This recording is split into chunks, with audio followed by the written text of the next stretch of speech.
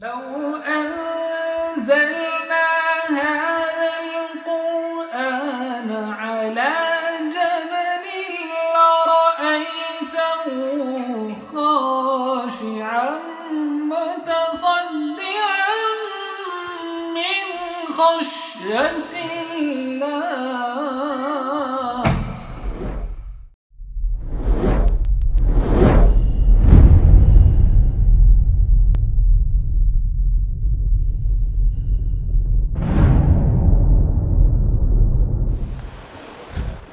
الله. الحمدللہ رب العالمین والصلاة والسلام علی رسولہ الکریم وعلی آلہ واصحابہ اجمعین، اما بعد، واعوذ باللہ من الشیطان الرجیم، بسم اللہ الرحمن الرحیم۔ شہر رمضان الذی انزل فیہ القرآن ھدی للناس وبینات من الھدی والفرقان۔ بسم اللہ الرحمن الرحیم۔ رب اشرح لی صدری ویسر لی امری واحلل عقدۃ من لسانی یفقہوا قولی۔ میرے عزیز سامعات، آپ سبھی کا درس قرآن مجید میں تہہ دل سے خیر مقدم ہے۔ السلام علیکم ورحمۃ اللہ وبرکاتہ۔ کیسے آپ سبھی لوگ؟ الحمدللہ، اللہ تعالیٰ آپ کو اچھا رکھے، صراط مستقیم پر رکھے، بہت خوشحال رکھے، طرح طرح کے وائرسز اور طرح طرح کے ڈیزیزز سے آپ کی حفاظت کرے، ساتھ ہی آپ کے ایمان کی بھی حفاظت کرے اور اسے دن دنی رات چوگنی ترقی عطا کرے، آمین یا رب العالمین۔ تو پھر آج ہم لوگ واپس آ جاتے ہیں کس سورہ پر؟ سورۃ الحج پر، درس قرآن مجید میں۔ اگر کسی کو یاد ہو دین پلیز مینشن اٹ کہ لاسٹ ٹائم ہم لوگوں نے سورہ حج کی کس آیت تک درس مکمل کیا تھا؟ بالکل صحیح یاد ہے سب کو، ماشاءاللہ، آیت نمبر 48 تک، اور اب ہم لوگ بڑھیں گے آیت نمبر 49 آن ورڈز انشاءاللہ آج تفصیل سے۔ تو اس سے پہلے کہ ہم آیت نمبر 49 پریزنٹ کریں، اس کے پیچھے کا تھوڑا ریویژن لے لیتے ہیں تاکہ آپ کے لیے آسانی ہو جائے اور میرا بھی تسلسل مینٹین ہو جائے۔ اس سے پہلے کی آیات میں ہم نے جانا تھا کہ اللہ تعالیٰ اپنے نبی صلی اللہ علیہ وسلم سے خطاب کر کے ان کو تسلی دے رہے تھے کہ اے نبی، اگر یہ آپ کو جھٹلا رہے ہیں تو کچھ نئی بات نہیں ہو گئی آپ کے ساتھ۔ ہر نبی، ہر رسول کو جھٹلایا گیا۔ قوم نوح نے نوح علیہ السلام کو جھٹلایا، اور سمود نے صالح علیہ السلام کو جھٹلایا، اور اس کے علاوہ ابراہیم علیہ السلام کی قوم، لوط علیہ السلام کی قوم، اور اس سے پہلے کہ جو قومیں تھیں عاد وغیرہ، وہ سب لوگوں نے اپنے اپنے رسول کو جھٹلایا تھا۔ اس لیے اے نبی صلی اللہ علیہ وسلم، یہ آپ کے ساتھ کچھ نئی بات نہیں ہے جو ہو رہی ہے۔ مدین کے لوگوں نے بھی شعیب علیہ السلام کو جھٹلایا تھا۔ تو پھر کیا ہوا؟ جب اللہ کے رسولوں کی تکذیب کی گئی تو اللہ تعالیٰ نے فرمایا کہ ہم نے ان کو ڈھیل دی، پھر اس کے بعد پکڑ لیا، تو پھر دیکھ لو میری پکڑ کیسی ہوتی ہے۔ یعنی اگر یہ کافروں کو ڈھیل دی جا رہی ہے، آپ کو جھٹلا رہے ہیں، آپ کو ستا بھی رہے ہیں، اور ان پر کوئی عذاب بھی نہیں آ رہا ہے، تو آپ نہ اس لیے رنجیدہ ہوں کہ آپ کو جھٹلا رہے ہیں، اور نہ اس لیے مغموم ہوں کہ آپ کے رب نے آپ کو چھوڑ دیا ہے۔ نہیں، ایسے پہلے ہوتا چلا آیا ہے۔ اور اس کے پروف کے طور پر اللہ تعالیٰ نے بہت ساری بستیوں کا ذکر کیا کہ جب بھی کسی بستی کو اللہ تعالیٰ ہلاک کرتے ہیں تو کیا ہوتا ہے، یہ ضروری ہوتا ہے کہ اس سے پہلے انہوں نے ظلم کیا ہو اس بستی کے اندر۔ اور پھر فرمایا کہ دیکھو کتنی ہی بستیاں گری پڑی ہیں اور اپنی چھتریوں پر، اور کتنے ہی کنویں ہیں جو یہ ظاہر کر رہے ہیں کہ اس سے پہلے یہاں بستی تھی اور یہ کنویں پانی نکالا جاتا تھا، لوگ یہاں رہتے بستے تھے، لیکن اب بالکل ویران پڑے ہیں۔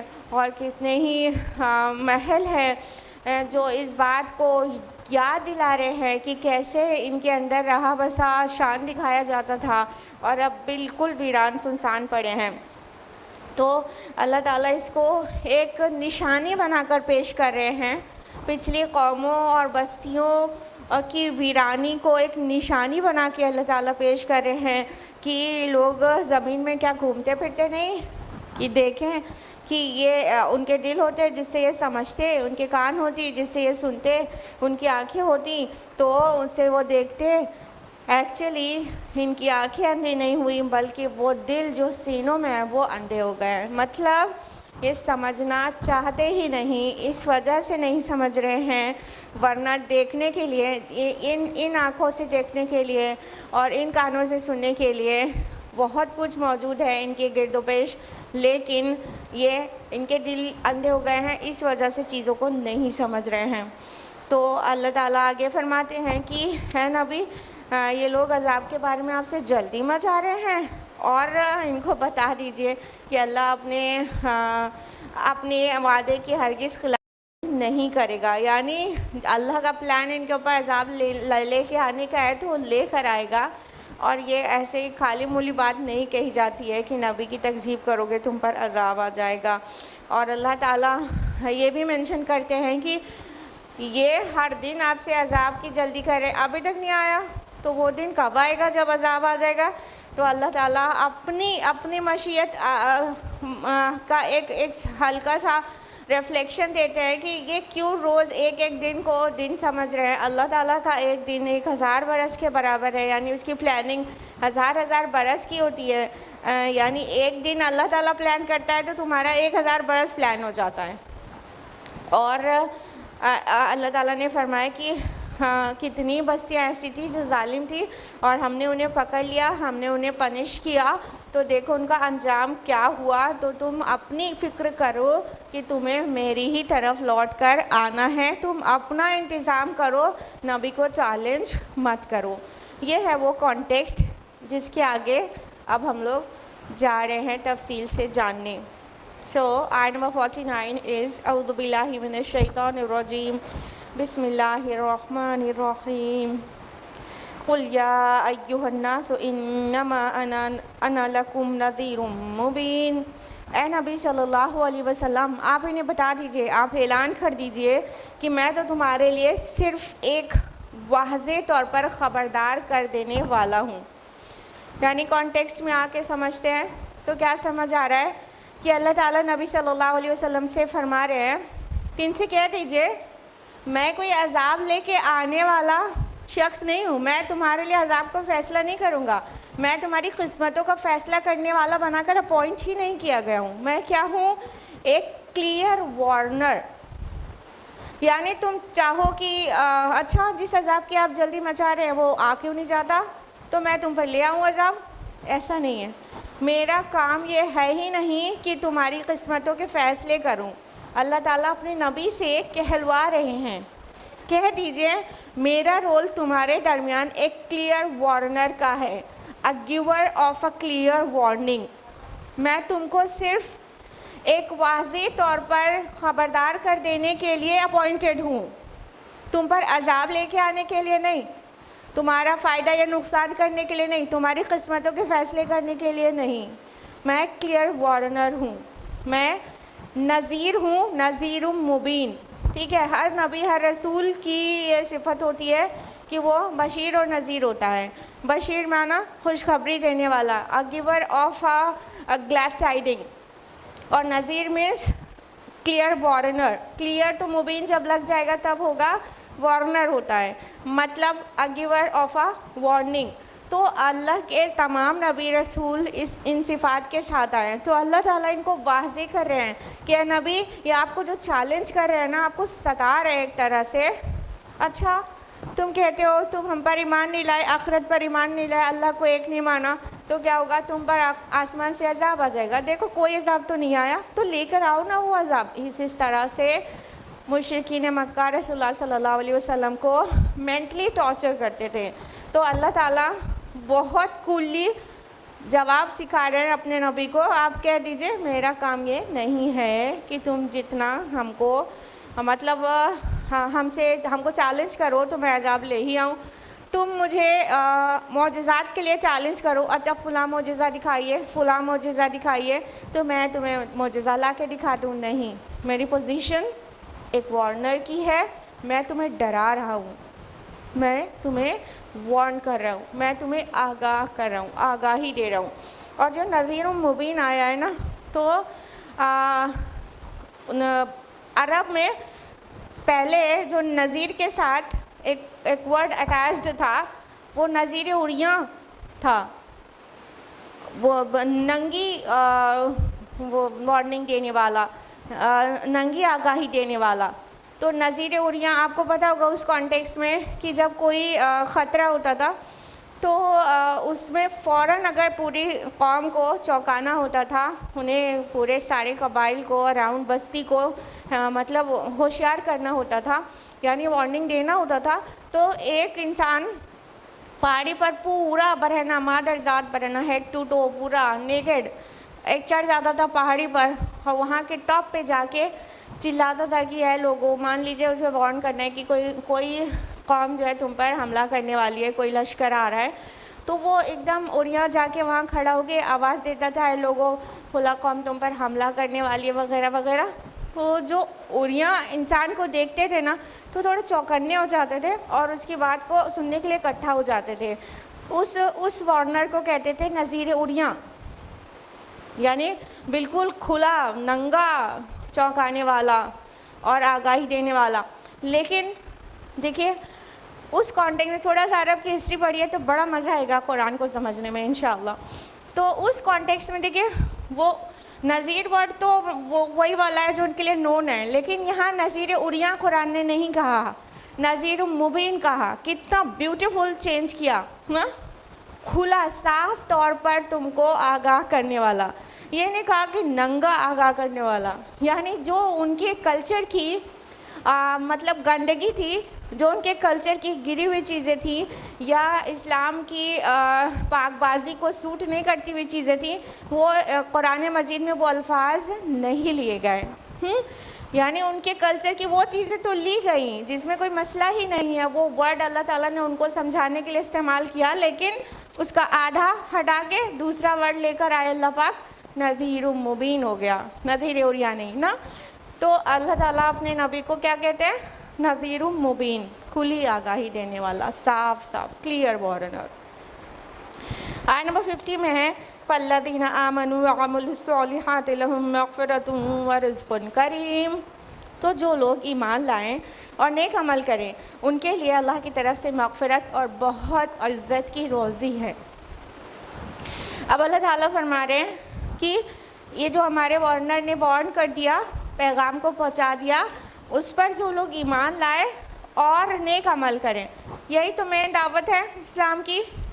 ایمان لے آؤ، بنیادی طور پر ایمانیات ثلاثہ، ٹھیک ہے، اللہ پر ایمان، آخرت پر ایمان، رسول پر ایمان. ایمان لے آؤ اور اعمال اچھے کرو، اپنے اعمال شائستہ کر لو، اور ان ایمان اور نیک اعمال جنہوں نے کر لیے تو اللہ تعالیٰ نے ان سے وعدہ کیا ہے کس چیز کا؟ لہم مغفرہ، ان کے لیے مغفرت ہے. یعنی ان سے کچھ کمیاں بھی ہوئی ہوں گی، ابھی بھی ہوتی ہوں گی، کوتاہیاں ہوئی ہوں گی، ابھی بھی ہوتی ہوں گی، پہلے کے تو بہت سارے گناہ ہوں گے، اللہ تعالیٰ سب کو معاف کر دے گا. اور ابھی بھی جو کرتے چلے جائیں گے، لائک چھوٹے چھوٹے گناہ ہو جاتے ہیں، ان کو اللہ تعالیٰ معاف کر دے گا. کہنے کا مطلب درگزر کر لے گا، چشم پوشی کرے گا ان سے. اور کیا وعدہ کہ وَرِزْقٌ کریم، اور بڑے عزت کی روزی کا وعدہ ہے، رزق کریم کا وعدہ ہے. رزق کریم سے کیا مراد ہے؟ دیکھیے ایک رزق ہوتا ہے کوئی بھی پروویژن اللہ تعالیٰ جو عطا کرتے ہیں، ٹھیک ہے. دوسرا رزق کریم کہیں کہیں پر کہا گیا ہے. اس کا کیا مطلب ہوتا ہے؟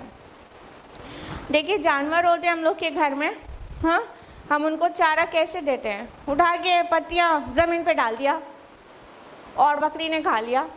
اسے کچھ انسلٹنگ فیل نہیں ہوتا، کیسا ہے یہ زمین پہ ڈال کے دے رہا، ہاں، عزت سے پلیٹ میں سجا کے نہیں دے رہا، ان کو کچھ انسلٹنگ فیل نہیں ہوتا.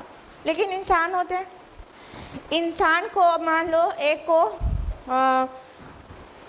مان لیجیے اس کی ارننگ ہی ہے، ٹھیک ہے، یا اس کے کوئی تحفہ ہے یا اس کے اوپر احسان کرے. ایک ہم نے بلینک چیک ہی دے دیا مان لو، اب چاہے جتنا فل کرے ہماری دولت میں سے، بلینک چیک ہی دے دیا، لیکن کیا کیا اٹھایا اور ایسے زمین پر پٹک دیا اور کہا اٹھا لو، تو یہ عزت کی روزی ہے؟ کتنا انسلٹنگ سا فیل ہو جائے گا نا انسان کو. ٹھیک ہے، 1 کروڑ روپے کیش دے رہے ہیں، اٹھایا زمین پہ پٹک دیا، اٹھا لو. یہ عزت کی روزی نہیں ہے، یہ انسلٹنگ ہے انسان کے لیے. جس طرح انسان ایک ڈگنیفائڈ پرسن ہونا پسند کرتا ہے، تو اس کو اگر عزت کے ساتھ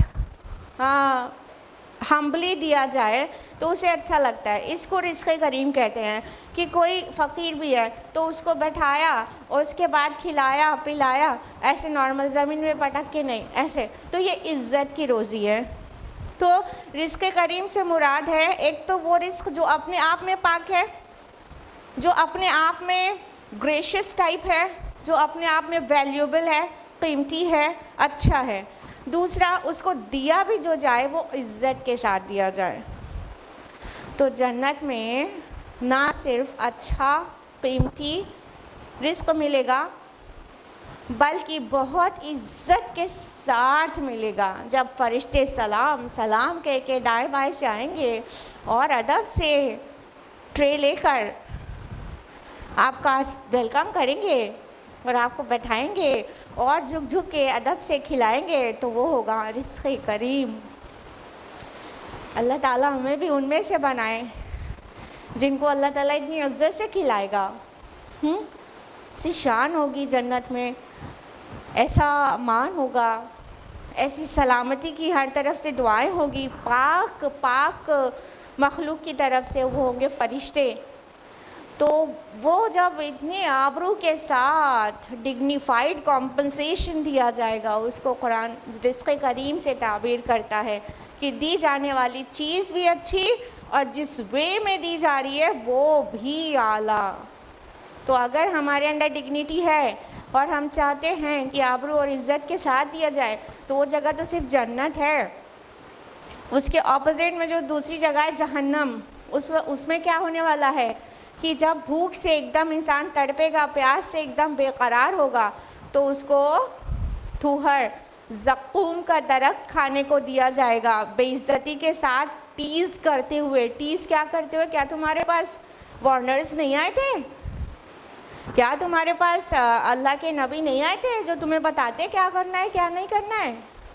تو پھر بے عزتی سہ کے انسان کہے گا نا، ہاں آئے تو تھے لیکن ہم نے جھٹلایا اور اپنے نفس کی پیروی کی. تو وہ رزق کریم ہے، زقوم کا درخت جو ذلت کے ساتھ دیا جائے گا، کھولتا ہوا پانی جو بادل نخواستہ پینا پڑ جائے گا اور جو پیے گا اس کا پورا آنتیں گل کے نکل جائیں گی. یہ رزق کریم نہیں ہے. رزق کریم وہ ہے جو جنت میں اللہ تعالیٰ نے رکھا ہے. اللہ تعالیٰ تو چاہتے ہیں سب لوگ مان جائیں بات اور سب کو رزق کریم ملے، اسی لیے تو کتابیں بھیجی اور نذیر بھیجے، بشیر بھیجے، یعنی رسولوں کو بھیجا. اللہ تعالیٰ چاہتے ہیں سب لوگ بچا لیں اپنے کو، لیکن یہ ہمارا اور آپ کا ظرف ہے کہ ہم رزق کریم چاہتے ہیں جنت میں یا ہم ذلت چاہتے ہیں جہنم میں. یہ ہمارا اور آپ کا اپنا چوائس ہے نا. تو ابھی طے کریے کیا کرنا ہے. آیت نمبر 51 ہے وَالَّذِينَ سَعُوا فِي آيَاتِنَا مُعَاجِزِينَ أُولَٰئِكَ أَصْحَابُ الْجَحِيمِ. اور جو لوگ ہماری آیات کو نیچا دکھانے کی تگ و دو کرتے ہیں وہی ہیں جو جہنم والے ہیں. اب وہ اس کا سائملٹینیس کنٹراسٹ آ گیا کہ جو ہماری آیات کو نیچا دکھانے کی کوشش کرتے ہیں، ذرا سی کوشش نہیں، سعی کرتے ہیں، دوڑ بھاگ کرتے ہیں، تو وہی لوگ ہیں جو جہنم والے ہیں اور وہاں رزق کریم نہیں ہوگا. آیات کو نیچا دکھانے کی کوشش سے کیا مراد ہے؟ مان لیجئے قرآن کی تعلیمات ہیں، تو قرآن کی جو ایک جو سورتوں کی ایک یونٹ ہے وہ آیت ہے، نشانی ہے. تو ان قرآن کی تعلیمات اور قرآن کے احکام کے خلاف اپنی عقلیں لگانا، اپنی زبانیں چلانا، اپنی کوششیں کرنا، چاہے فلسفیکلی، چاہے وہ کنٹری میں اس قانون سازی کے تحت، چاہے کورٹ میں قانون کے تحت، کہیں سے بھی، یہ سب جو ہے اللہ تعالیٰ کی آیات کے خلاف سعی کرنا ہے.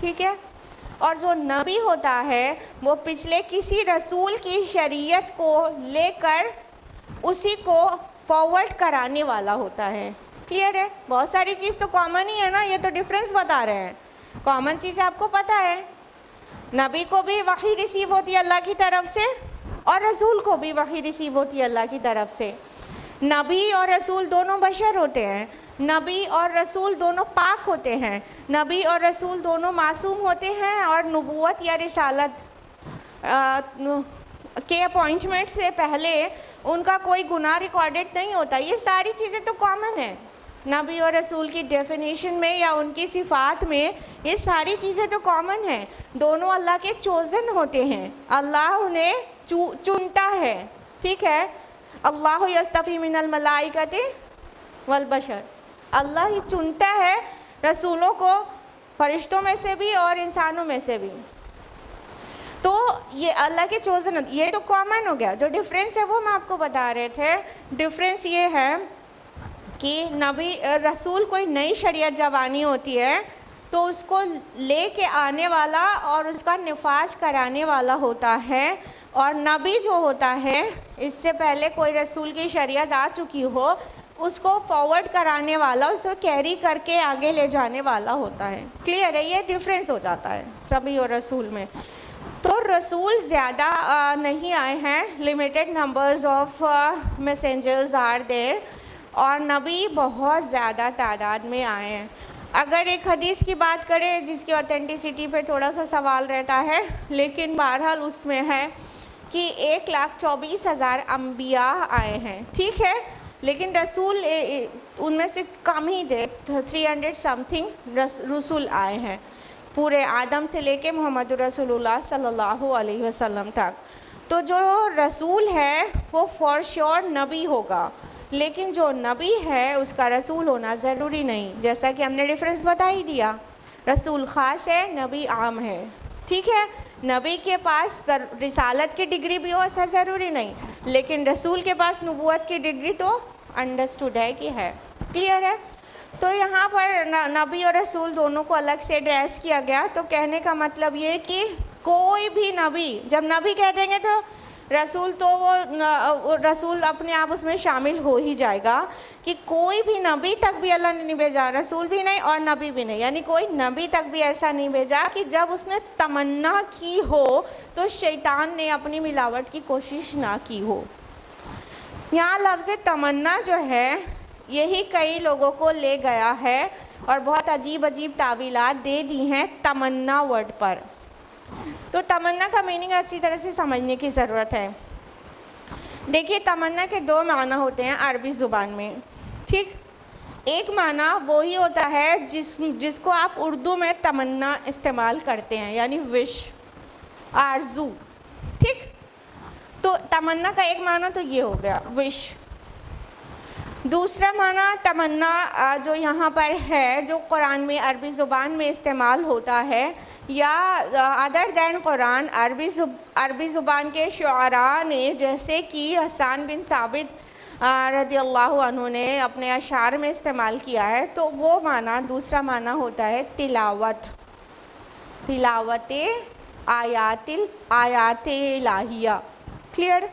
تو ایک معنی تو تمنا کی آرزو ہوتا ہے جو اردو زبان میں ہم جس وے میں سمجھتے ہیں بالکل وہی, اور دوسرا معنی تمنا کا ہوتا ہے تلاوت. تو یہاں دونوں معنی میں جو میٹر ہے وہ ویری ویل ایکسپلین ہوتا ہے. ٹھیک, اللہ تعالیٰ فرما رہے ہیں کہ ایسا کوئی بھی نبی ہم نے نہیں بھیجا کہ جب اس نے تمنا کی ہو تو شیطان نے کوشش نہ کی ہو, اپنی ملاوٹ اور اپنی چھیڑ چھاڑ کی, خلل اندازی کی. اگر پہلے معنی میں تمنا لیا جائے, آرزو, وش, اسٹرانگ وش, تو اس آیت کا مطلب ہوگا جب بھی نبی کوئی ارادہ کرتا ہے, خواہش کرتا ہے, آرزو کرتا ہے, تو شیطان اپنی ملاوٹ اس میں کس طرح سے کرتا ہے. سمجھیے, دیکھیے, انسان کی نبی کی جو نبی کا جو کردار ہوتا ہے اس کے دو پہلو ہوتے ہیں. نبی کی پرسنالٹی دو پہلو سے ہوتی ہے, ہماری طرح نہیں ہوتی ہے.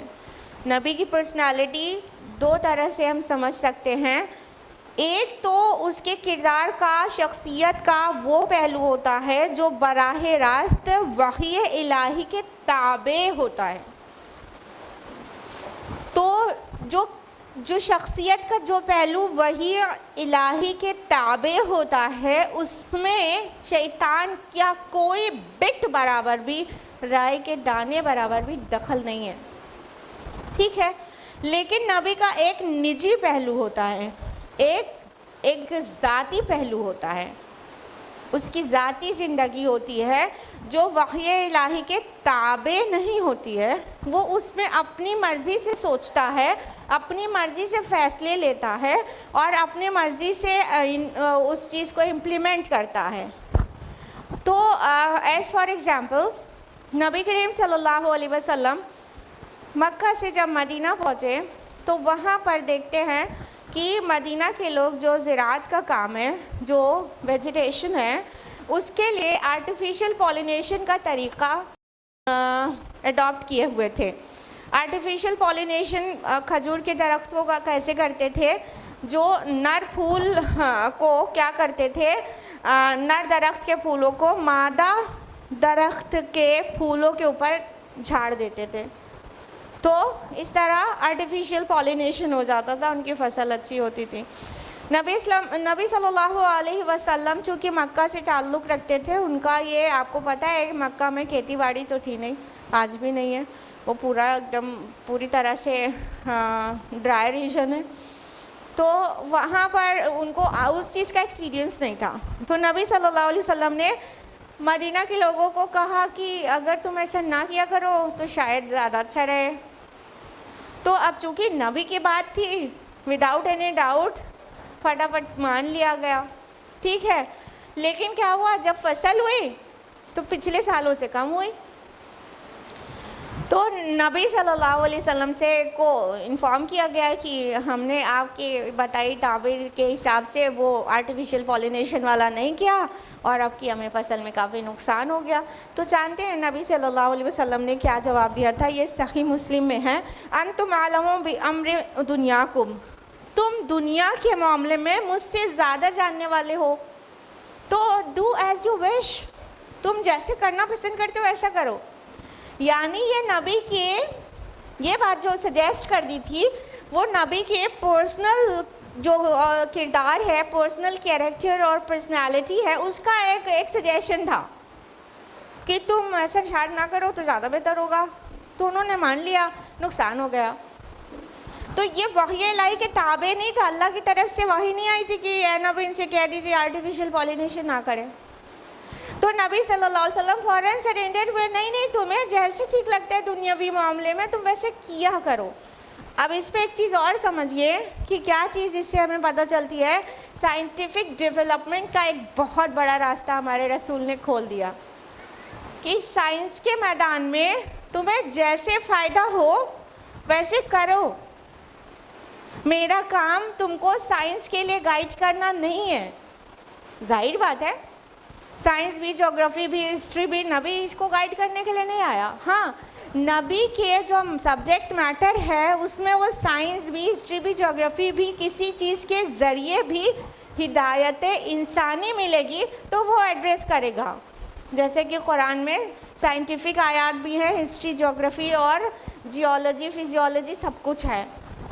ڈفرینٹ برانچز آف سائنس بھی ہے, ہسٹری بھی ہے, اور بھی بہت کچھ ہے, فلاسفی بھی ہے, ہائی ڈگری کی سائیکالوجی بھی ہے. ٹھیک ہے, سب کچھ. لیکن یہ قرآن کا جو سبجیکٹ میٹر ہے ایکچولی نبی کا مشن اس سے ریلیٹڈ ہے. کیا ہے وہ؟ ہدایت انسانی. کلیئر؟ تو نبی صلی اللہ علیہ وسلم کا یہ ذاتی مشورہ تھا, ذاتی زندگی سے ریلیٹڈ مشورہ تھا کہ تم ایسا نہ کرو. ان لوگ نے مان لیا, نقصان ہو گیا. ٹھیک ہے. تو لیکن اللہ کے نبی صلی اللہ علیہ وسلم کی زندگی اور پرسنالٹی کا ایک بہت بڑا اور میجر پورشن کہہ سکتے ہیں وہ وحی الہی کے تابع تھا. اس میں آپ صلی اللہ علیہ وسلم اپنی خود کی ذاتی جو نجی پہلو ہے اس کا دخل بھی نہیں رکھتے تھے، ٹھیک، جو اللہ کا حکم ہے وہ اس کا سمعنا و اطعنا خود کرتے تھے، اور صحابہ اور یعنی جو ایڈریسیز ہیں آپ کے ان کو بھی بہو وہی چیز پیش کرتے تھے۔ تو جو تمنا ورڈ یہاں پر استعمال ہوا ہے یہ نبی کے ذاتی جو پہلو ہے پرسنالٹی کا اس سے ریلیٹڈ استعمال ہوا ہے کہ نبی خواہش کرتا ہے، کچھ اس کی خواہش ہو سکتی ہے نہیں ہو سکتی، اس کی ذاتی زندگی کی خواہش ہو سکتی ہے کہ نہیں، ہاں آخر غزوہ میں کبھی کبھی صحابہ سے کہتے تم آگے نکلو، وہ آگے چلے آتے تھے، ہاں، اور آپ عائشہ رضی اللہ عنہا سے کہتے چلو ہم دونوں ریس کرتے ہیں۔ تو یہ جو ہے دینی پہلو تو نہیں ہوا نا، یہ ذاتی زندگی کا ایک پہلو ہوا۔ تو ریس کرنا کوئی وہ تو نہیں ہے، یہ الگ بات ہے کہ ہمیں نبی کی ہر بات سے کچھ سیکھنے کو مل جاتا ہے، وہ الگ بات ہے، سنت ہے، مطلب وہ سنت بھی نہیں ہے لیکن نبی کا جو سنت ہے، جو طریقہ رہا ہے، طرز زندگی، اس میں ہر چیز سے ہمیں سیکھنے کو ملتا ہے، الگ بات ہے۔ تو جو ذاتی زندگی میں انسان نبی بھی رسول بھی اپنے وے میں سوچ سکتا ہے، اپنے وے میں امپلیمنٹ کر سکتا ہے، اس میں وحی الہی کا دخل نہیں رہتا، اور جس میں وحی الہی کا دخل رہتا ہے اس میں ذاتیات بالکل نہیں چلتی، ہم یہ کہنا اور سمجھانا چاہ رہے ہیں۔ تو جب نبی ذاتیات سے اپنی کوئی تمنا کرتا ہے، جب وش کرتا ہے تو اس میں شیطان دخل دے سکتا ہے، لیکن نبی کی کوئی تمنا وحی الہی سے ریلیٹڈ اس کی کردار کے پہلو کی ایسا کوئی کچھ نہیں ہوتا جس میں شیطان دخل دے سکے۔ اب ایگزامپل سے سمجھیے کہ ان آیات میں کیا کہا جا رہا ہے۔ کہا جا رہا ہے کہ ایسا کوئی نبی یا رسول ہم نے نہیں بھیجا جس نے کبھی کوئی تمنا کی ہو اور شیطان نے اس میں دخل اندازی کی کوشش نہ کی ہو۔ اب ایگزامپل لیتے ہیں یہ ذاتی تمنا کے متعلق۔ مان لیجئے کہ نبی صلی اللہ علیہ وسلم کی دلی تمنا تھی کہ نہیں کہ آپ کے چچا ایمان لے آئیں۔ کون سے چچا؟ ابو طالب، ٹھیک ہے، مینلی، ورنہ تو سبھی رشتہ داروں کو پیش کیا تھا انہوں نے اللہ کے دین کی دعوت، ہاں، ابو لہب کو بھی کیا تھا، اور بقیہ جو ان کے اقربا تھے ان کو سب سے پہلے پیش کیا تھا۔ جب سورہ شعراء کی آیت نازل ہوئی تھی وَأَنذِرْ عَشِيرَتَكَ الْأَقْرَبِينَ، تو آپ نے سب کو بلا کے پہلے رشتہ داروں کو بلا کے پیش کیا تھا نا، ان میں ابو جہل بھی تھا، ابو لہب بھی تھا۔ تو لیکن آپ کی دلی خواہش یہ تھی کہ کم از کم اتنا سپورٹر جو ہے میرا اسلام کے لیے اتنا میرا سہارا بنا، پشت پناہی کر رہا ہے جو انسان، یعنی ابو طالب، وہ ایمان بھی لے آئے۔ دلی تمنا تھی کہ نہیں تھی؟ اب نبی کی یہ تمنا تھی لیکن وہ ایمان نہیں لا رہے تھے، تو نبی تو یہ تمنا کر رہا تھا ایمان لے آئے، لیکن جب وہ پیش کر رہے تھے تو شیطان کیا دخل ڈال رہا تھا؟ باہری شیطان، اندرونی شیطان۔ کیا آپ مرتے مرتے ایمان لاؤ گے؟ اپنے آبا و اجداد کے دین کو چھوڑ دو گے؟ اے ابو طالب یہ تم کیا کر رہے ہو؟ یہ باہری شیطان کہتے تھے نہیں کہتے تھے کہ ابو طالب کیا تم اپنے آبا و اجداد کے دین کو چھوڑ دو گے ایک دم لاسٹ میں؟ یعنی جب آخری مرض الموت بھی تھا، جب بھی نبی صلی اللہ علیہ وسلم کوشش کر رہے تھے نا، اس ٹائم تک کوشش کی کسی طرح یہ ایمان لے آئیں، لیکن نہیں لا رہے۔ لیکن شیطان کیا کہہ رہا تھا؟ ابو طالب اتنے پرانے اپنے آبا و اجداد کے دین کو چھوڑ رہے ہو؟ تو نہیں لا رہے تھے۔ اب کیا ہو گیا؟ شیطان دخل ڈال رہا ہے نا۔ نبی تمنا کیا کر رہا ہے کہ میرے چچا ایمان لے آئیں، ہاں، نوح علیہ السلام تمنا کیا کرتے ہوں گے؟ میرا بیٹا ایمان لے آئے نا۔ ابراہیم علیہ السلام کیا تمنا کرتے تھے؟ میرا والد ایمان لے آئے۔ ہر نبی تمنا کرتا ہے، لیکن ادھر تینوں ہی کیسز میں شیطان نے کیا کیا؟ روکا، دخل ڈالا، ہاں۔ تو ایسی جو تمنا جب نبی کرتا ہے تو شیطان اس کے خیال میں خلل اندازی کرتا ہے۔ اب تمنا کو دوسرے معنی ملے تلاوت میں، قرات میں، ٹھیک ہے، تو تلاوت کے معنی میں لیں گے تو جب نبی تلاوت کرتا ہے اللہ کی کتاب کی، اور اپنے نبی کی بات کریں تو قرآن مجید کی، تو کیا ہوتا ہے؟ نبی قرأت کر رہا ہے، تلاوت کر رہا ہے، لیکن لوگ جو ہیں کیا کر رہے ہیں، اس کو مان نہیں رہے ہیں، جس کی وجہ سے بظاہر کیا محسوس ہو رہا ہے، سیناریو کو بھی لے کے چلیں، اس وقت کا جو ہسٹوریکل بیک گراؤنڈ تھا، جو کانٹیکسٹ ہے وہ کیا ہے، 13 سال ہو گئے. یہ سورہ حج ہے نا، یا تو اینڈ آف دا مکی پیریڈ میں نازل ہوئی ہے، یا تو سفر میں بھی اور وہاں پہنچنے میں ہے، یعنی یہ مطلب بالکل ہجرت کے اراؤنڈ نازل ہوئی ہے نا، یعنی 13 سال ہو گیا ہے مکہ میں اسٹرائیو کرتے ہوئے، اور لوگ مان کر نہیں دے رہے ہیں. 13 سال سے جس مشقت شاقہ کا سامنا ہے، اس کا ریزلٹنٹ تو یہ ہونا چاہیے تھا کہ پورا مکہ ایمان لے آئے، اور جو سچائی ہے اس کے اندر، اس کا ریزلٹنٹ بھی ہونا چاہیے تھا کہ وہ سچائی ثابت ہو جائے، سوسائٹی میں بھی اسٹیبلش ہو جائے. ریکوائرمنٹ یہ تھی. لیکن کیا ہوا، بظاہر کیا ہو رہا ہے یہ دیکھیے. یہ مت سوچئے کہ ایسا ہی ہو گیا، کیونکہ اگلے فیو ایئرز میں تو پورا سین ہی بدلنے والا ہے نا. اگلے 8 سال کے بعد تو مکہ بھی فتح ہو جانے والا ہے، اور مدینہ میں پہنچتے ہی ایک ریاست قائم ہو جانے والی ہے. یہ دن ابھی نہیں دکھ رہا ہے انسانوں کو، رائٹ؟ تو کیا دکھ رہا ہے، 13 سال سے اللہ کے دین کی دعوت دے رہا ہے ایک انسان جو پاک ہے، جو گناہ گار بھی نہیں ہے، اور لوگوں میں بھی ہمیشہ اچھا ہی تھا، کہتا تو ہے حق پر ہے، لیکن رزلٹ کیا نکلا اس کی اتنی محنتوں کا؟ مکہ کے چند لوگ ایمان لائے ہیں اور باقی سب انکار پر تلے ہوئے ہیں. حالت یہ ہے کہ اپنا آبائی شہر چھوڑ کر اسے نکلنا پڑ رہا ہے، جان کے در پہ ہوئے ہیں. یہی تو حالات دکھ رہے ہیں. کتنا بڑا فیلئر نظر آ رہا ہے. ٹھیک ہے، تو نبی تو تلاوت کر رہا ہے اللہ کی آیات کی، لیکن لوگ مان کر نہیں دے رہے ہیں. اور نبی کی تمنا یہ بھی ہے کہ لوگ مان جائیں، سب لوگ ایمان لے آئیں، سب لوگ جہنم سے بچ جائیں. تمنا یہی تو ہے نبی کی، لیکن ظاہر میں دکھ رہا ہے کہ ایک بہت بڑا فیلئر ہے. اور یہ جو ظاہر ہے وہی شیطان کے لیے ذریعہ ہے خلل اندازی کرنے کا، داخل ہونے کا، لوگوں کے دلوں میں شکوک اور شبہات کو پیدا کرنے کا. تو نبی تو اللہ کی آیات پیش کر رہا ہے اور بہت کوشش کر رہا ہے اور تمنا کر رہا ہے سب لوگ ایمان لے آئیں، لیکن لوگ یہ جو دیکھ رہے ہیں وہ یہ دیکھ رہے ہیں کہ فیل ہو گیا، مشن فیل ہو گیا. نبی اپنے مشن کو دیوانہ وار سکسیس دینے کو بے قرار ہے، اور بظاہر لگ رہا ہے مشن پورا فیل ہو گیا. یہ کن کے دلوں میں شیطان وسوسے ڈال رہا ہے؟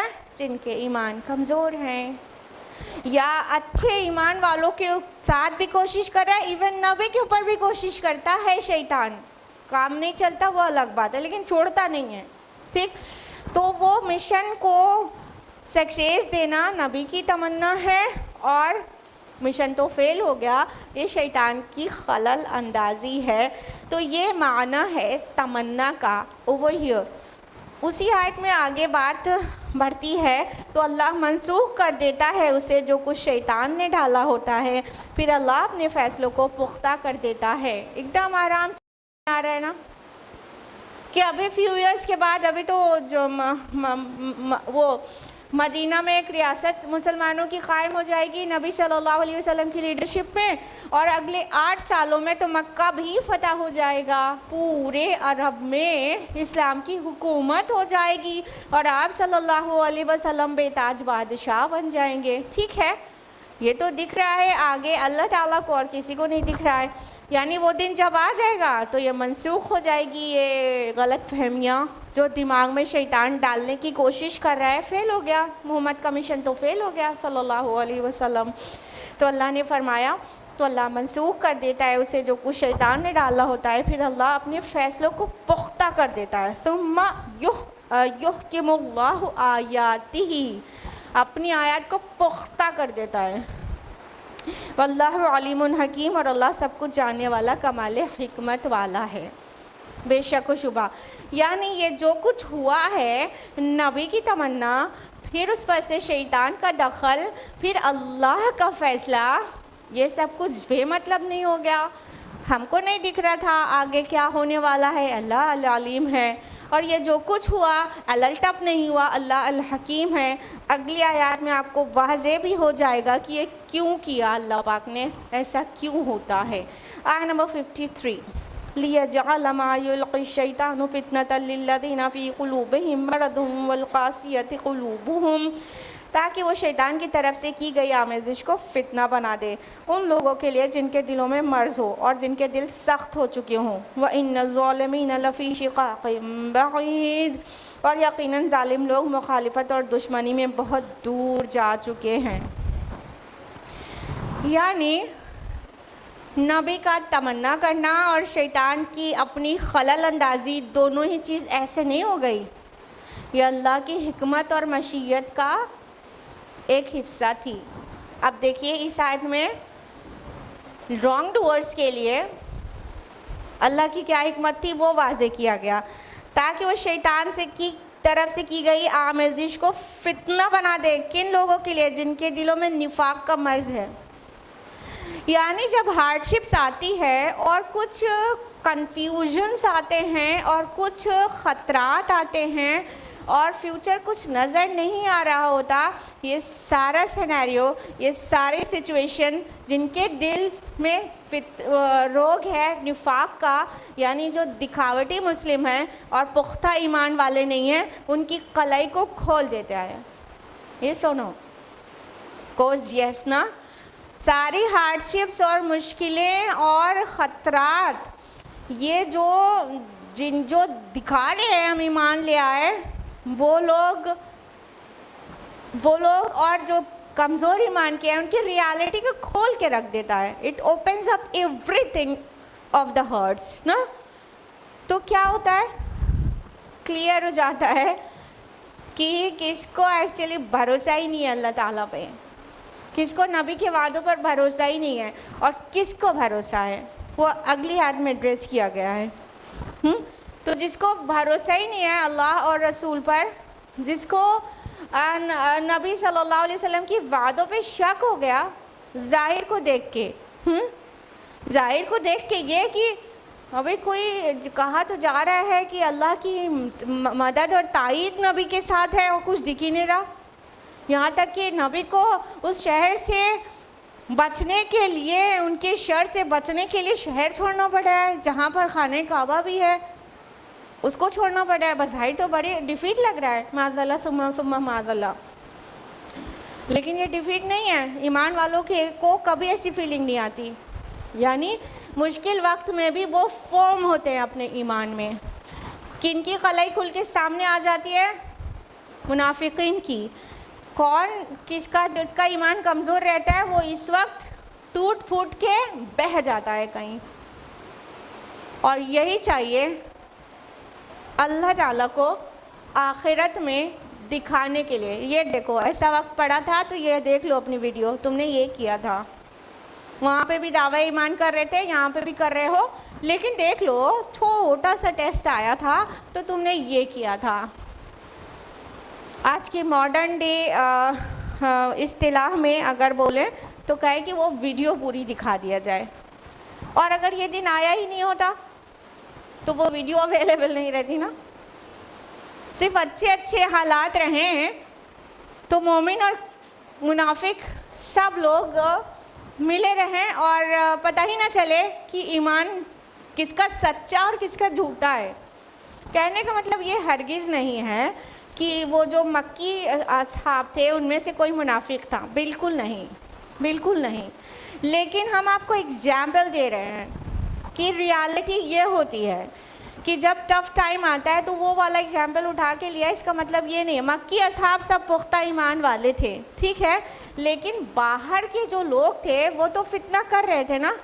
ارے تم کہتے ہو اللہ کی مدد تو اور اس کی تائید تمہارے ساتھ ہے، تو اس کے بعد بھی تم یہ جوتیاں پٹکھاتے پھرتے ہو یہ مکہ میں اور کوئی تمہاری سن کر بھی نہیں دیتا.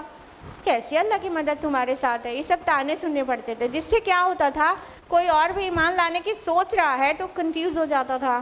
ہاں تو اب وہ جو تیسرا دیکھ رہا ہے اس کا ٹیسٹ ہو گیا نا. رسول پر ایمان لانا ہے تو لاؤ، ہول ہارٹیڈلی لاؤ. لیکن ذرا سا تیسرے نے بہکا دیا تو تم بہک بھی گئے نا. تو یہ بہت لوگوں کے لیے آزمائش کا ذریعہ بن جاتا تھا. تو اللہ تعالیٰ اس کو واضح کر رہے ہیں کہ جب بھی ایسا ہوتا ہے، نبی کوئی تمنا کرتا ہے پھر شیطان اپنی خلل اندازی کر دیتا ہے، تو ایکچولی یہ اس لیے ہوتا ہے کہ جن کے دلوں میں مرض ہے وہ کھل کر باہر آ جائے، اور ان کے دل ایکچولی سخت ہو چکے ہیں. ایکچولی وہ مسلمانوں کے اور رسول کے فیور کرنے والے لوگ نہیں، بلکہ وہ اسلام دشمنی میں بہت پکے اور بہت دور جا چکے ہیں. تو شیطان اس طرح سے ایسے مواقع پر اچک لیتا ہے چیزوں کو. شیطان جانتا رہتا ہے کہ ایکچولی اسے ایک اچھا سا بہانہ مل گیا ہے، لیکن جس کو بہکاتا ہے وہ بہکاوے میں آ جاتا ہے. ایک بہت بڑا ڈسیو کرنے والا ان کو ڈسیو کر دیتا ہے، دھوکہ دے دیتا ہے. آیت نمبر 54 وَلِيَعْلَمَ الَّذِينَ أُوتُوا الْعِلْمَ أَنَّهُ الْحَقُّ مِنْ رَبِّكَ، اور یہ اس لیے بھی کہ وہ جان جائیں جنہیں علم دیا گیا ہو کہ یقیناً یہ حق ہے آپ کے رب کی طرف سے. فَيُؤْمِنُوا بِهِ وَتُخْبِتَ لَهُ قُلُوبُهُمْ، تو وہ اس پر ایمان لے آئیں اور اس کے دل اس کے آگے جھک جائیں. وَإِنَّ اللَّهَ لَهَادِ الَّذِينَ آمَنُوا إِلَىٰ صِرَاطٍ مُسْتَقِيمٍ، اور یقیناً اللہ اہل ایمان کو سیدھے راستے کی طرف ہدایت دینے والا ہے. اب دیکھیے بچے ہوئے لوگ ہوئے، یعنی اس سچویشن کا نیکوکاروں پر آنے کا کیا مقصد تھا؟ ٹھیک ہے، ہم نے بتایا یہ جو سچویشن آ رہی ہے، یہ جو ایسے الٹپ نہیں آ گئی، اس کا نیکوکاروں پر یہ اثر ہوتا ہے کہ وہ اپنے ایمان میں اور ڈیپن ہو جاتے ہیں، اور ایمان ان کا پختہ ہو جاتا ہے. فرمایا کہ اس لیے بھی کہ وہ جان جائیں جنہیں علم دیا گیا یقیناً یہ حق ہے آپ کے رب کی طرف سے. یعنی یہ جتنی ہارڈشپس آتی ہے، ایسا ہوتا ہے نا، آپ نے کبھی محسوس کیا ضرور ہوگا اپنے اندر یا سامنے والے کے اندر، کہ ایمان والے جو پختہ ایمان والے ہوتے ہیں وہ کیا کرتے ہیں، جب ہارڈشپس آتی ہے یا کوئی اور بہکانے کے لیے آ جاتا ہے تو ایک اندر سے ایک دوسرا ہی جوش نکل کے باہر آ جاتا ہے. نہیں، ہم تو ایسا نہیں مان کے دینے والے، میرا اللہ بہت کافی ہے ہمارے لیے. آتے ہیں نا ایک ٹف ٹائم، گھر میں کوئی بیمار ہے، یا رزق نہیں، اب تھوڑا ان امپلائمنٹ ہے، یا کوئی بھی ایشو آ گیا. ابھی بہت دن سے شیطان بھی لگا ہوا تھا، اندر والا بھی، کہیں کسی نے کچھ کر دیا ہے، کہیں کسی نے رزق باندھ دیا ہے، تو فلاں بابا کے پاس جا. اندر سے تو فیلنگ نہیں آ رہی تھی فلاں بابا کے پاس چلے جاؤ، لیکن کہیں سے کچھ ہو گیا ہے، طبیعت صحیح نہیں ہو رہی ہے، یا تو پھر رزق میں تنگی ہے تو اتنے دن سے جھیل رہی ہو. اب باہری شیطان آیا، اس نے کہا تمہیں سمجھ نہیں آ رہا ہے، ایسے ہاتھ پہ ہاتھ رکھ کے بیٹھے رہوگی تو کیسے کام چلے گا.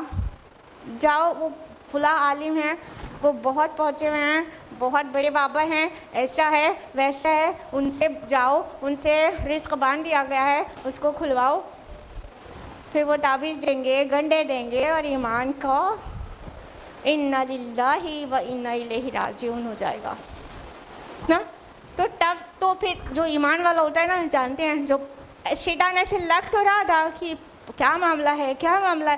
شیطان کوشش تو کر رہا تھا، لیکن جب باہر والے شیطان نے فردر کوشش کی تو کیا ہوا کہ اللہ کی قسم اس بابا کے پاس زندگی بھر نہیں بڑھ جائے گا، مر جائے میرا بچہ لیکن ایمان سلامت رہے.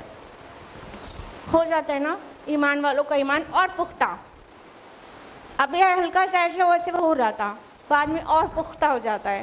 جو سچے ایمان والے ہوتے ہیں نا، وہ ٹف ٹائم میں، آزمائش کے ٹائم میں اپنے ایمان کو اور اسٹرینتھن کر لیتے ہیں اور کہتے ہیں ہمیں اللہ پہ یقین ہے، اللہ کی مدد سچی ہے اور وہ آگے رہے گی. تو دیکھا، اب یہ ویڈیو بن گئی، اب یہ ویڈیو دکھائی جائے گی، ایمان والے کا ایمان ثابت ہوگا کہ اس نے ٹف ٹائم میں بھی شیطان کی ملاوٹ، باہری شیطان، اندرونی شیطان، سب کو کاٹ کے اپنے رب پہ توکل کیا تھا. یہ دکھائی جائے گی. اب وہ جنت کا ڈیزرور بنے گا نا. تو ایسے ہی الٹپ نہیں ہوتی کوئی بھی چیز. تو ایسے ہی صحابہ کو جب تانے جتنے زیادہ سننے ملتے تھے نا، تو سورہ احزاب میں کہ ان کی تسلیم و رضا میں اور اضافہ ہو جاتا تھا. یا جب انہیں اور خوف دلایا جاتا تھا، ارے تم ڈرو، تم پر اتنا بڑا لشکر جرار حملہ کرنے کو ہے، تو کہتے تھے ہمارا اللہ بہت کافی ہے، اور ہم جی کر بھی کیا کریں گے، اگرچہ اسلام کی سربلندی نہ ہوئی، ہمارے لیے تو موت احد الحسنین ہے، 2 بھلائیوں میں سے ایک بھلائی ہے. تو ان کے ایمان اور تسلیم و رضا میں اور اضافہ ہو جاتا تھا. یہ اللہ تعالیٰ کہتے ہیں سورہ احزاب میں. تو جب ایسی سچویشنز آتی ہے نا، تو ایمان والوں کے ایمان اور پختہ ہو جاتے ہیں، اور منافقین کے نفاق کھل کے آ جاتے ہیں. دودھ کا دودھ پانی کا پانی ہو جاتا ہے، اور روز آخرت وہی دلائل بنیں گے. اللہ تعالیٰ تو العلیم ہے، الخبیر ہے، وہ جانتا ہے، وہ چاہے، اور وہ القادر بھی ہے، قادر مطلق. وہ چاہے تو اپنے علم پر فیصلے سنا دے آخرت میں، لیکن ایسا نہیں ہے. انسان اللہ کے فیصلے کو بھی چیلنج کر دے گا کہ آپ نے مطلب مجھے جہنم میں، آپ کی مرضی سے میں جہنم میں جا رہا ہوں، وہ اس دن وہ بھی کہہ دے گا. تو اللہ تعالیٰ روز آخرت پورا اس کو ڈے آف ججمنٹ ایسے ہی نہیں کہتے. اس دن فیصلہ ہوگا جیسے عدالتوں میں فیصلے ہوتے ہیں. گواہیاں لی اور دی جائیں گی، اور ثبوت براہین پیش کیے جائیں گے. تو یہ ہمارے اور آپ کے لیے جو ٹیسٹ اینڈ ٹرائلز آتے ہیں نا، یہ سارے ثبوت ہیں. صرف یہ پوری زندگی ہماری براہین ہے، یہ ایویڈنسز ہیں ہمارے جنت پہنچنے کے لیے یا جہنم پہنچنے کے لیے. تو یہ جو ساری ویڈیوز بن رہی ہیں نا، ہم پر جو ٹرائلز آ رہے ہیں، شیطان چھیڑ ڈالتا ہے، اندر کا شیطان، باہر کا شیطان. تو اگر ہم ایمان والے ہیں تو چیک کریں کہ ہمارا ایمان اور پختہ ہو جانا چاہیے ایٹ دیٹ ٹائم. لیکن اگر ہم ایسے حالات میں ایک دم سے دل شکستہ ہو کے جو کوئی کچھ کہہ دیتا ہے، تو صراط مستقیم پہ بڑھتے ایسے ڈیویٹ ہو کے وہ بابا کے پاس چلے جاتے ہیں، تو ہو گیا رخصتی ایمان کی، اور طے ہو گیا راستہ جہنم کا. ٹھیک. تو یہ ہے، اللہ تعالیٰ نے بہت واضح کر کے اس ایگزامپل سے بھی سمجھا دیا. دوسرے طرح سے بھی سمجھایا گیا ہے، لیکن یہاں پہ اس طرح سمجھایا گیا ہے کہ کوئی نبی ایسا نہیں ہے کہ تمنا کرے اور شیطان اس میں اپنی دخل اندازی کرے. پھر اس کا دونوں سائیڈ میں جو مقصد بتایا گیا ہے کہ ایمان والوں کا ایمان میں اور اضافہ ہو جاتا ہے، اور ان کے اعمال اور اچھے بڑھ جاتے ہیں، اور وہ اللہ کی طرف اور جھک جاتے ہیں. اور اللہ تعالیٰ تو چاہتا ہی ہے انہیں صراط مستقیم دکھائے، وہ فردر صراط مستقیم پر ان کو استقامت ہو جاتی ہے. اور جن کے دل معمولی سے ایمان والے ہوتے ہیں، وہ پھر ٹیسٹ اور ٹرائل اور اس طرح کی سچویشن کو برداشت نہیں کر پاتے، جلدی سے ہار جاتے ہیں اور غیر اللہ کے پاس چلے جاتے ہیں اور اپنے ایمان کا نقصان کر لیتے ہیں. تو یہ حکمت بتائی گئی ہے اس طرح کے حالات جو آتے ہیں اس کی.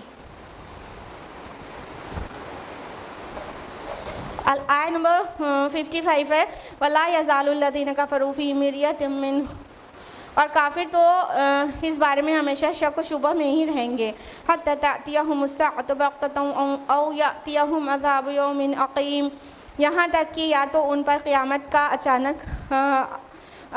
اچانک آ دھمکے، یا ان پر 5 دن کے عذاب ان پر مسلط ہو جائے. یہاں پر کہا گیا کہ کافر، مطلب یہ سارا صاف کر کے رکھ دیا گیا کہ جو کفار اور مشرکین ہوتے ہیں ان کے دل میں شک و شبہ ہوتا ہے، ایمان والوں کے دل میں شک و شبہ نہیں ہوتا. لا ریب فیہ، تو شک شبہ نہیں کرتے. تو جو کافر لوگ ہیں تو وہ کیا کرتے ہیں، ان کے دل میں تو ہمیشہ ہی شک شبہ رہتا ہے. تو یہاں تک کہ ان کا شک شبہ it leads to and get ends at قیامہ، قیامت پر ختم ہوگا. یعنی اچانک قیامت کے دن انہیں ہوش آئے گا یہ انہوں نے کیا کیا. یا تو کہا گیا عذاب یوم عقیم، یا تو 5 دن کے عذاب. یہ 5 دن کیا مطلب، یوم عقیم عقیم یوزولی بیرن لینڈ کو کہتے ہیں جس سے کوئی ویجیٹیشن نہ ہو سکے، ٹھیک ہے، انسانوں میں سے یا جانوروں میں سے بھی جس سے اولاد نہ ہو سکے ان کو کہتے ہیں۔ کہنے کا مطلب عقیم کا جو لفظ ہے اس کا مطلب یہ ہے جس سے کوئی خیر برآمد نہ ہو۔ تو جو لوگ جس عذاب کو عذاب یوم عقیم کہا گیا، مطلب وہ دن کا عذاب جس دن میں کوئی خیر ہی نہ ہو، یعنی انہیں مہلت نہ ملے، یعنی انہیں ذرا سا بھی توبہ کرنے کی مہلت نہ ہو، اور وہ اتنا سخت دن ہو، اتنا سخت عذاب ہو کہ اس میں کوئی خیر نہ ہو، خیر سے خالی ہو۔ تو اس طرح اس دن کو یوم عقیم کہا گیا۔ یوم عقیم مینس خیر سے خالی دن۔ تو یا تو جس دن عذاب آئے گا اس دن وہ دن خیر سے خالی نہیں ہوگا تو اور کیا ہوگا، ٹھیک ہے۔ یہاں تک کہ ریح عقیم بھی قرآن میں ورڈ آیا ہے، خیر سے خالی ہوا۔ تو ہوا یوزولی بارش کا پتہ دیتی ہے، لیکن وہ ہوا جو سمود پر عاد پر آئی تھی، قوم عاد پر، وہ تو خیر سے خالی تھی نا۔ تو اللہ تعالیٰ فرما رہے ہیں کہ یعنی یہ تو شک و شبہ میں پڑے ہی رہیں گے یہاں تک کہ قیامت آ جائے یا تو اس دن کا عذاب ان پر آ جائے جو بالکل خیر سے خالی ہو اور یہ نیز تو نابود کر دیے جائیں۔ تو آج ہم لوگ یہیں پر رکیں گے آیت نمبر 55 پر، اور آیت نمبر 56 آنورڈز انشاءاللہ نیکسٹ ویک جانیں گے تفصیل سے۔ آج کے لیے اتنا ہی۔ اللہ تعالیٰ سے دعا ہے کہ ہم سبھی کو قرآن مجید پڑھنے، سمجھنے، غور و فکر کرنے، عمل کرنے اور دوسروں تک پہنچانے کی توفیق عطا فرمائے۔